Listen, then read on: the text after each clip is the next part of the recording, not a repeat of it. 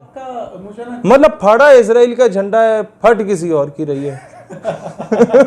अंदाजा चाह रहा हूँ, मुझे कई लोगों ने कहा जी कि ये शहीद सियालवी कौन होता है, ये शहीद सियालवी क्यों गया है वहां जाके कानून को हाथ में लिया है। तो तुम्हारी बहन के साथ कोई ज्यादती कर लेता है पब्लिक में और तुम्हारे घर के बाहर वो अपना परचम लगा के चला जाता है और 27 दिन से वो परचम लगा हुआ होगा, एक तरफ तुम अपनी बहन की तरफ देखोगे कि जनाब उसके साथ ज्यादती हुई और दूसरी तरफ घर से बाहर फलांग के देखोगे तो उसी बंदे का झंडा लगा हुआ है।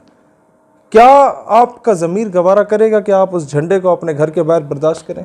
ये जो इसराइल वाला मामला पेश आया, वो झंडा आपने जाके पढ़ा, काफी वायरल भी हुआ, तो उसके ऊपर दो चीजें मुझे बताएं। पहली तो ये कि आपको कैसे इतला मिली, मतलब आपके इतने सोर्सेज या जराए बड़े हो गए हैं कि इदारों को, मीडिया को, किसी को भी नहीं पता चला और आपको डायरेक्ट कॉल आ गई? सोशल मीडिया पे 7-8 लाख व्यूज़ हुए थे एक वीडियो के जिसमें ये इंटरव्यू दे रहा था और इसी तरीके से कई चैनल्स पे चल रहा था, सोशल मीडिया के वेब चैनल्स पे, और ये अपनी आईडी पे 27 दिन से पोस्ट कर रहा, 6 डे 27 डे और लाइव आ रहा था। एंड ये कोई नया बंदा नहीं है, he has been working for this since last 7 years। और इस बंदे से तो हमें कोई इस तरह मसला नहीं है। मसला ये है कि ये तो एमी लल्लू पंजू टाइप है। इसके पीछे जो वो मेन थिंक टैंक्स या मास्टरमाइंड्स बैठे हुए वो कौन है जो जिसने इसे इतना कॉन्फिडेंस दिया कि इधर आके बैठ जाओ इस्लामाबाद में। वहाँ पर जनाब हर किस्म की चीज़ होती है। इस्लामाबाद में पार्लियामेंट भी है, इस्लामाबाद में सेनेट भी है, इस्लामाबाद में नेशनल असम्बली है, इस्लामाबाद में वज़ीर आज़म है, इस्लामाबाद में सदर मुमलिकत है, लेकिन तुम्हें कोई हाथ नहीं लगाएगा। मतलब प्रेस क्लब के सामने बैठा हुआ है। औसाफ न्यूज़ ने 10 अप्रैल को इसकी खबर लगाई, हम लोग तो फिर 22 अप्रैल को गए, 12 दिन के बाद औसाफ न्यूज़ ने कहा इजरायली एजेंडा खुल के सामने आ गया, इसका आईडी कार्ड की तस्वीर लगाई। क्या हुकूमत के या दीगर इदारों के लोगों की जिम्मेदारी नहीं होती है कि वो न्यूज़पेपर्स को भी देखते हैं, मीडिया पे भी चेक एंड बैलेंस रखते हैं कि किस अखबार में क्या खबर आ रही है, किस चैनल पे क्या आ रहा है, किस चीज़ को आना चाहिए, किसको नहीं आना चाहिए, किस खबर के मुकाबले में आपको क्या करना चाहिए। आप उर्दू के अखबार देखें तो जंग, नवाए वक्त और एक्सप्रेस के बाद जो सबसे मकबूल तरीन अखबार है वो औसाफ है। तो कोई एमी खामखा का कोई लोकल किस्म का अखबार नहीं है ये, उस पर आया। अच्छा, दूसरी बात, no one was there to stop him. मैंने पूछा लोगों से, मैंने कहा यार तुम लोग गए हो या नहीं? कहते यार 2-3 बंदे ने मुझे कहा कि हम गए, लेकिन वहाँ पर हमने देखा कि यार 27 दिन से बैठा हुआ है, कोई इसे उठा के नहीं आया अभी तक। इसका मतलब इसके पीछे कोई बहुत बड़ी ताकतें होंगी, इसलिए हम लोग वापस आ गए कि कहीं हम बाद में रोड एक्सीडेंट में ना मरवा दिए जाए, जिस तरह आप अक्सर वीडियोज़ में कहते हैं। मैंने कहा ठीक है, अब रिस्की काम था। मैं शहीद भाई इसमें आपको जरा काटूंगा। मैं सिर्फ ये पूछना चाह रहा हूँ, मुझे कई लोगों ने कहा जी कि ये शहीद सियालवी कौन होता है, ये शहीद सियालवी क्यों गया है वहां जाके कानून को हाथ में लिया है। उससे मैं यही पूछूंगा सर वकास भाई, जिसने भी ये किया है उससे मैं पूछता हूँ, तुम्हारी बहन के साथ कोई ज्यादती कर लेता है पब्लिक में और तुम्हारे घर के बाहर वो अपना परचम लगा के चला जाता है और 27 दिन से वो परचम लगा हुआ होगा, एक तरफ तुम अपनी बहन की तरफ देखोगे कि जनाब उसके साथ ज्यादती हुई और दूसरी तरफ घर से बाहर फलांग के देखोगे तो उसी बंदे का झंडा लगा हुआ है। क्या आपका ज़मीर गवारा करेगा कि आप उस झंडे को अपने घर के बाहर बर्दाश्त करें?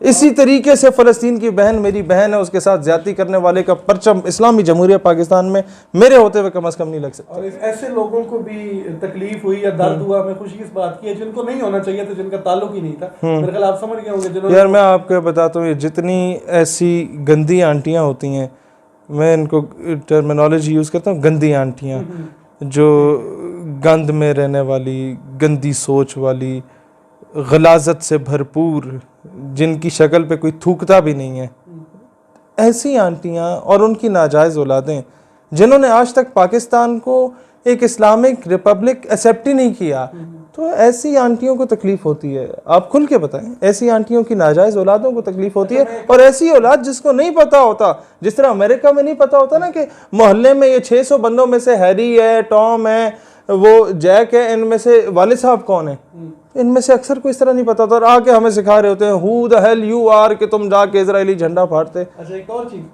आपने झंडा इजराइल का फाड़ा, पाकिस्तानी मीडिया पे चला और ताल्लुक था इसराइल का, रबर टाइम्स ने खबर लगाई, मुझे कोई समझ नहीं। गंदी आंटियों की औलाद है ना। मिर्जा कादियानी किसकी औलाद था? मिर्जा कादियानी एक साइकोलॉजिकली अनफिट आदमी, उसकी किताब रूहानी ख़ज़ाइन को उठा के देखें, वो अपनी बेगम की शलवार को अपने सर पे बतौर पगड़ी पहनता था। मिर्ज़ा ग़ुलाम अहमद कादियानी मलका बरतानिया को लव लेटर्स लिखा करता था। मिर्ज़ा ग़ुलाम अहमद कादियानी का बाप और दादा दोनों जो हैं उनको उनकी वफ़ात पे सल्तनत बरतानिया ख़त लिखती थी कि आप लोग हमारे बड़े लॉयल थे, हम आपके बच्चों के साथ भी इतने ही मेहरबानियाँ करते रहेंगे, शफ़क़त बरतते रहेंगे। तो उनके जो चेले चापलूस और चमचे खर्चे टाइप होते हैं, वो उनका काम सिर्फ ये होता है कि वो शिकायतें लगाते हैं। जिस तरीके से वो सलमान तासीर का जो गंदी औलाद उसकी दफ़ा हुई थी उधर, हाँ, उससे लेके डोनाल्ड ट्रंप के पास ये दफ़ा हो गए थे। मुल्क से इन लोगों ने बेवफाई और गद्दारी की थी। मैं समझता हूँ पाकिस्तान का गलत इमेज दिया था इन लोगों ने, वहाँ जाके पाकिस्तान के खिलाफ शिकायतें लगा रहे थे। तो इनका काम टोटल शिकायतें। तो ये जो हर क्लास में इस तरह के बच्चे नहीं होते, टीचर के सामने नंबर बनाने के लिए शिकायत लगा देंगे, टीचर ये देखो ना ये नकल कर रहा है, टीचर ये देखो ना ये मुझे शक्लें बना के दिखा रहे। इस तरह के थर्ड क्लास किस्म के बच्चे वो फिर समझ जाते हैं 4-5 साल के बाद, जब उसे 2-4 लेटर मारे ना, हम तो बैक बेंचर्स होते थे, तो इसी तरीके से वो भी समझ जाते थे। अभी बड़े समझदार हो गए, उनमें से कोई अफसर बन गया, कोई क्या बन गया। लेकिन ये इनकी शिरस्त में शामिल है कादियानियों की कि ये कभी बंदे के पुत्र नहीं बनेंगे अनटिल अनलेस ये मिर्ज़े पे लानत भेज के मुसलमान ना हो। ये इनकी शिरस्त में शामिल है। मतलब फाड़ा इजराइल का झंडा है, फट किसी और की रही है। अंदाजा कर।